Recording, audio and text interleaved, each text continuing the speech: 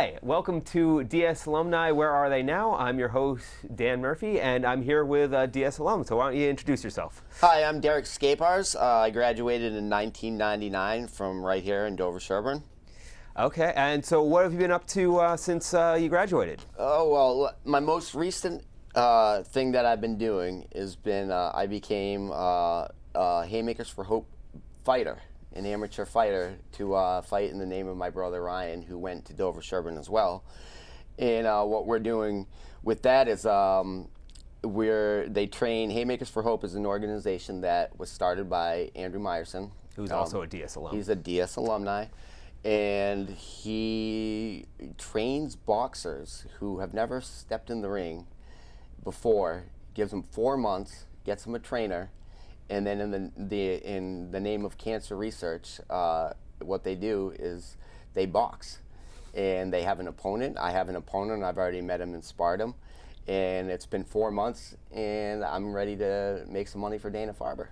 Okay, so when's the fight? The fight's May 15th at the House of Blues in Boston on Lansdowne Street. It's a 2,000-person audience. It's kind of nerve-wracking, but I'm ready for it. All right, so what have you been doing to prepare for the fight? Oh, I've got a trainer named Jared. I'm fighting at a Bancroft Boxing in Framingham, and what I've been doing is I've been going there steadily a couple times a week. I've been conditioning. Crunch time is on.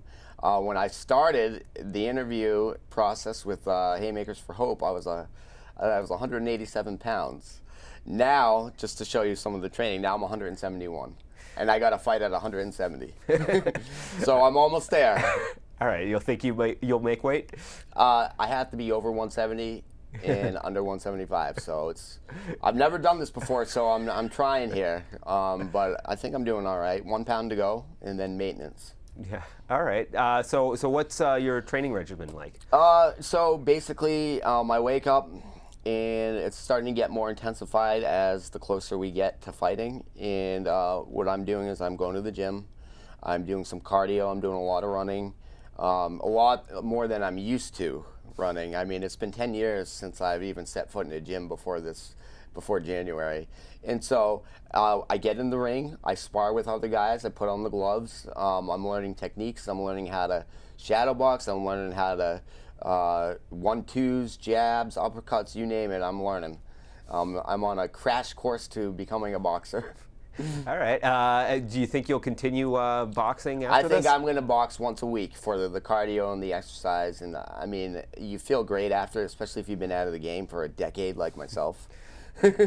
So you're liking the workouts? I like the workouts, but I like the cause more importantly. Yeah, so let's talk about the cause. So what brought you to this? All right, so Andrew Meyerson was a good friend of my brother Ryan. And in 2005, my brother Ryan passed away from lung cancer.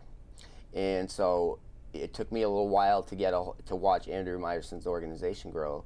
But one night I wasn't sleeping well, and it was about 4 in the morning, and I clicked on his site, and I started reading it, started watching the other fighters, saw some DS people on there that he had put in the ring, and I contacted him, and I said, hey, I want to fight.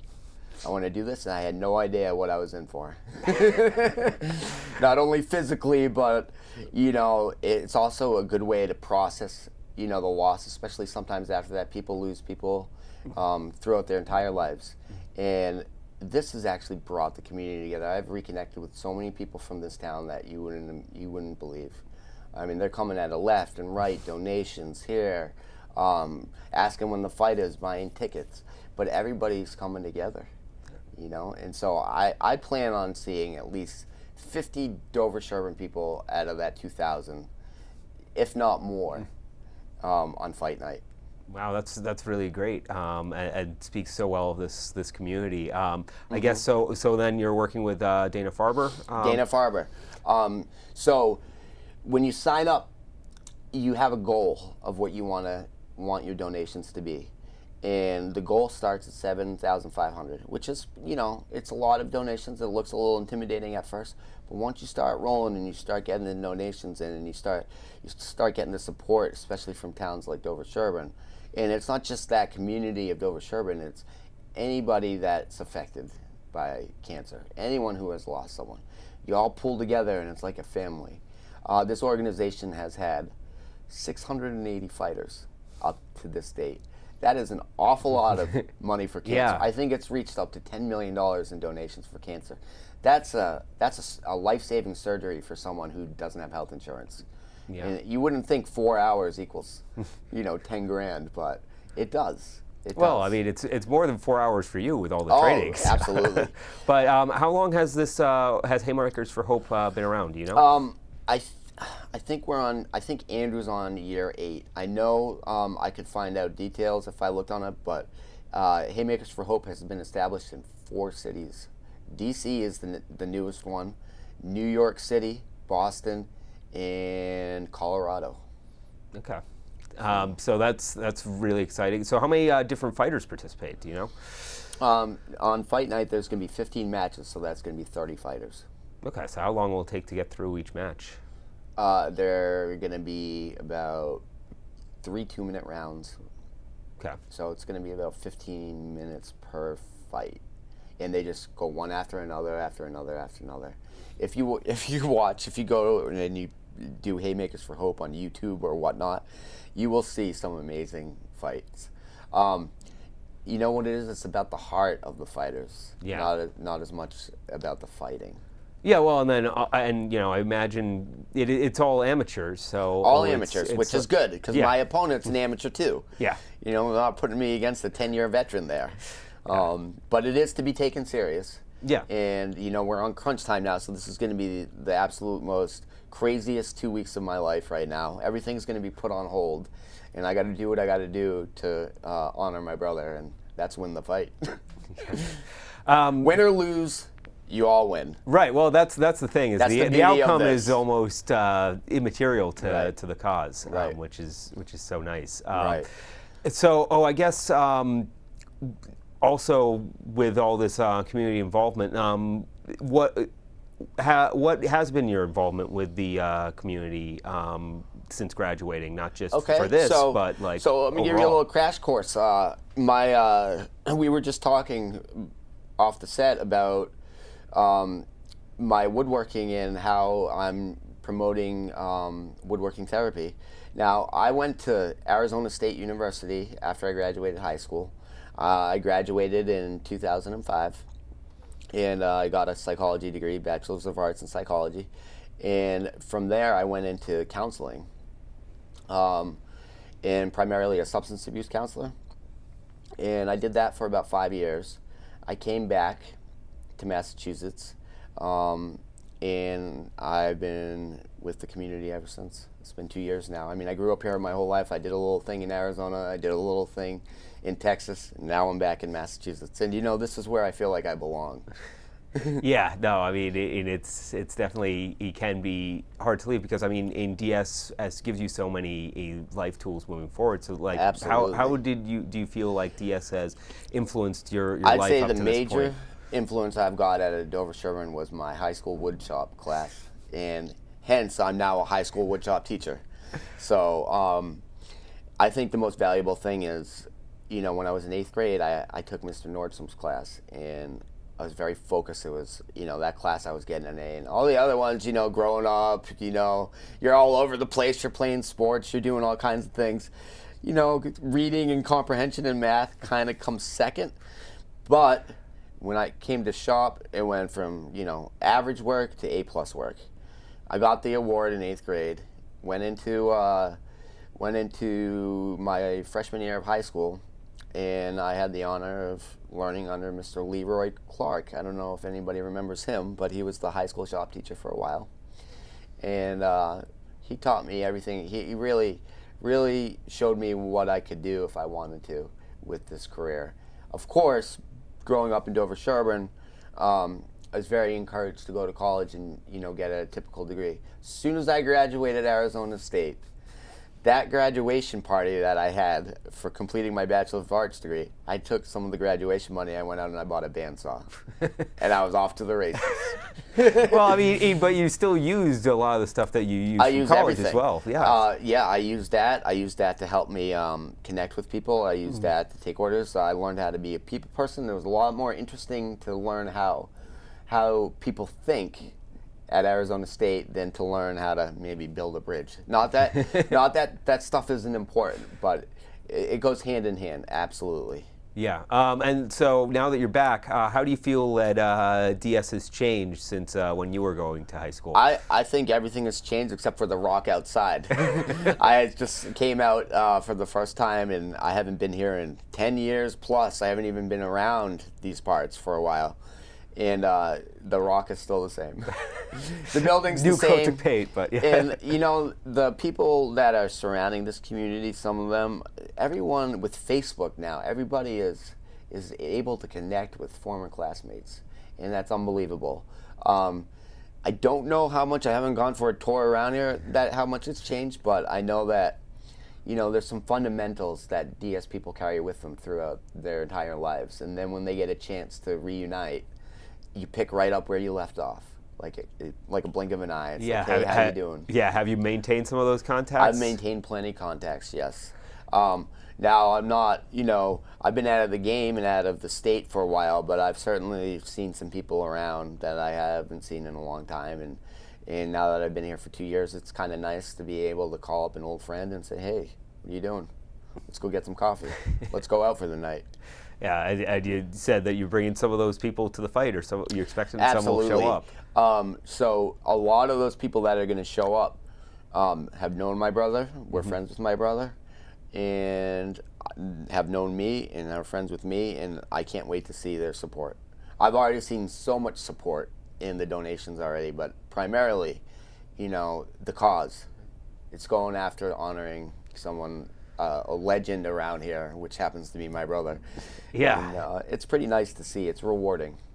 Yeah, was there a lot of outreach when they heard that you were doing this for your people brother? were coming. I think 66 people, and probably more than half of those are Dover-Sherburne people that have already supported.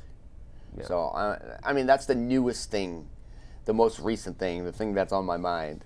But there's been a lot. There's been I started Adirondack chair making courses in Texas, and I have been able to sell out classes and put a waiting list on, and I actually got started teaching woodworking at a summer camp 11 years ago, and I'm still teaching at that summer camp. I take my 2 weeks vacation and I go teach in Westford at the Marcus Lewis Day Camp. Woodworking every year. It's kind of like a treat. I look forward to it. Just like the kids get ready for camp, so do I. So you're spending your the school year teaching, and then you're teaching. You're still teaching over the summer. Mm-hmm. Well, the school I work at is Stetson School in Barry, Mass, and it's an all-boy boarding school. So my summer vacation's like 3 weeks, not 2 months. But it's still a vacation. It's still a vacation. And I get a week off in between every term, so. Yeah. So what are your favorite things to make with wood? My favorite things are the Adirondack chair, the keepsake boxes, the end tables. I love making coffee tables. I'm starting to get into a lot of the hand painting and some of the distressed furniture look. And as far as custom orders, if it's not too time consuming, I usually take the order and I can do it. I mean, something like an entertainment system or a built-in shelving, things like that. I go ahead and do that. Okay, so you do sell, contract out work. I do all the work myself. Yeah. So yeah, on the side I take orders. Yeah. And I fill them, and I love doing it. It's a passion of mine. It's like, it's the time of day when I'm working on a project. It's when I can just veg out, not think about anything, and just work with it. Yeah, well, I mean, totally I think, reflect. Well, it's interesting. You were saying that you teach it as being therapeutic, but it's also therapeutic to you as well, Absolutely. right? When I'm sanding or I'm hand planing or fine tuning or making something look really nice, or putting a coat of paste wax on the final product to dull the luster of the shine and make it just right, it is very, very therapeutic. And the reason why it is because I don't have to think much. I can just think about nothing for maybe 2 hours out of a day. I mean, if you think about all the thoughts that go through your head on a daily basis, you need some time to reflect. Well, I mean, I guess at this point you've just gotten so skilled at doing it that becomes part of it. Yes, that does become part of it. I'm fortunate enough to be able to to still continue to build in a vegetative state, so you say. But it's as important for me to do it as it is to teach it. Because if I was just to teach it and not do it on my own, then I'd be going through the motions. Yeah. Well, and then do you also? How do you feel about teaching? Do you sometimes feel like you're learning things from your students as well? I learn from my students more than they know. I have a good time with them. I know I'm the fun class. I know that the classroom teachers and the math and science and then geography and history, they all have a place. But I know that when they come to my class, they act like angels. They don't misbehave. I know I'm the fun class, so I try to give them that opportunity to have fun for a little bit. Yeah, and you really feel like your teachers at DS inspired you to take this path. Absolutely. I owe it all to Mr. Clark. I got Mr. Clark and Mr. Nordstrom. Those are my two go-to guys in Dover-Sherburne, if I think about it. Yeah.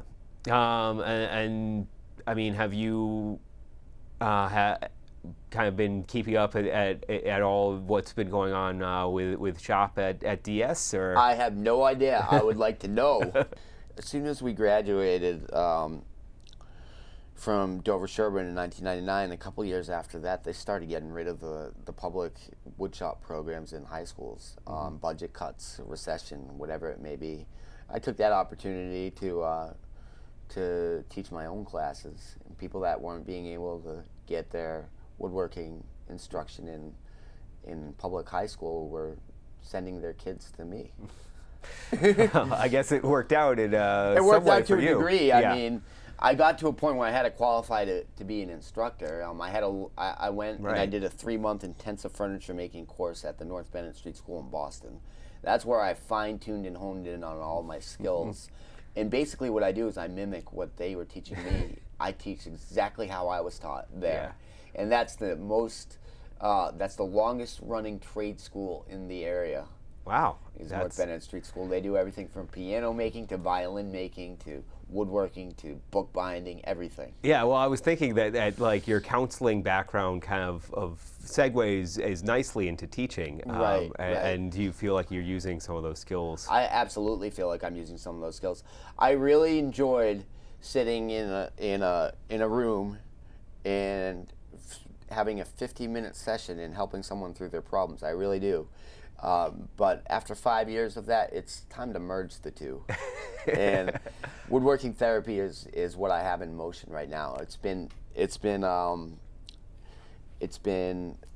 I have done it. 3 different treatment centers that I worked for in Texas. I wouldn't take the job unless my woodworking therapy came with me. First one was trial and error. I had to see what they were capable of. Second one, I kind of knew what I was doing, and I focused in on a keepsake box. So I'd have him make a box with hinge, that hinged open, and I said, let this be the start of your new life, and let it be a symbol of your recovery. And you can take it with you and have it forever and ever. And you always look at that. And not only that, you'll learn a skill few people ever acquire, which is woodworking. And so I managed to put the two together.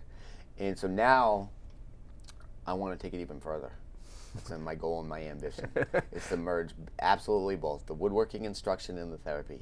Why not combine them, right? Yeah. Well, I mean, yeah. So do you have ideas about how you want to do that? Or, I mean... Yes, when I was in Texas, I was having, well, my credentials are in Texas. So when I was in Texas, I worked closely with the treatment centers, but I'd like to work with the Massachusetts treatment centers, show them what I learned and did in Texas, bring it over here to this community and replicate it, and go from treatment center to treatment center and work with a bunch of people over there, maybe get a program going for them and train their instructor, and then go to the next place. I mean, I do have a full-time job as a teacher right now, so I'm only going to be able to spend 3 or 4 days teaching and setting a place up, but I think I got it systemized. Yeah, well, you also have to work in your boxing workouts as well. Yep. And after May 15th, after I win the fight, hopefully, I can move on and I can start going a little bit more serious into the woodworking therapy. Yeah, well, and you're doing a lot of good work, or preparing for this fight as well. Absolutely. So, is there anything else you'd like to say? Anything about just yourself or the DS community at large? I owe a lot to this community, And it's really an honor to be here and to talk about it a little bit. It's an honor for me to be able to talk about my brother so openly, and thanks to the community here and the support I'm getting from him, it's no big deal anymore. I remember there was a time where the pain was, it was so fresh that it was hard to process. But now with the way that everything's going and the amazing support from DS, I feel like I'm at home. Wait a second, I am. Yeah. After being in Houston and Phoenix, Boston's home, and Dover Sherburne's always going to be home. Yeah, I mean, is there anything else you'd like to say about Ryan too? I know that a lot of people have been thinking about him in this since I started this endeavor, and let's keep it going. Let's keep the donations coming, but most importantly, don't forget him. Yeah. No, I'm sure you will never forget him. I won't. Maybe there'll be a Ryan Skapars Foundation scholarship or something that we can put together throughout all this. Yeah. Give somebody an opportunity to take a couple dollars off their college tuition or something. Yeah. Well, good luck with your fight. And thank you so much. Thanks so much for taking the time to talk to me.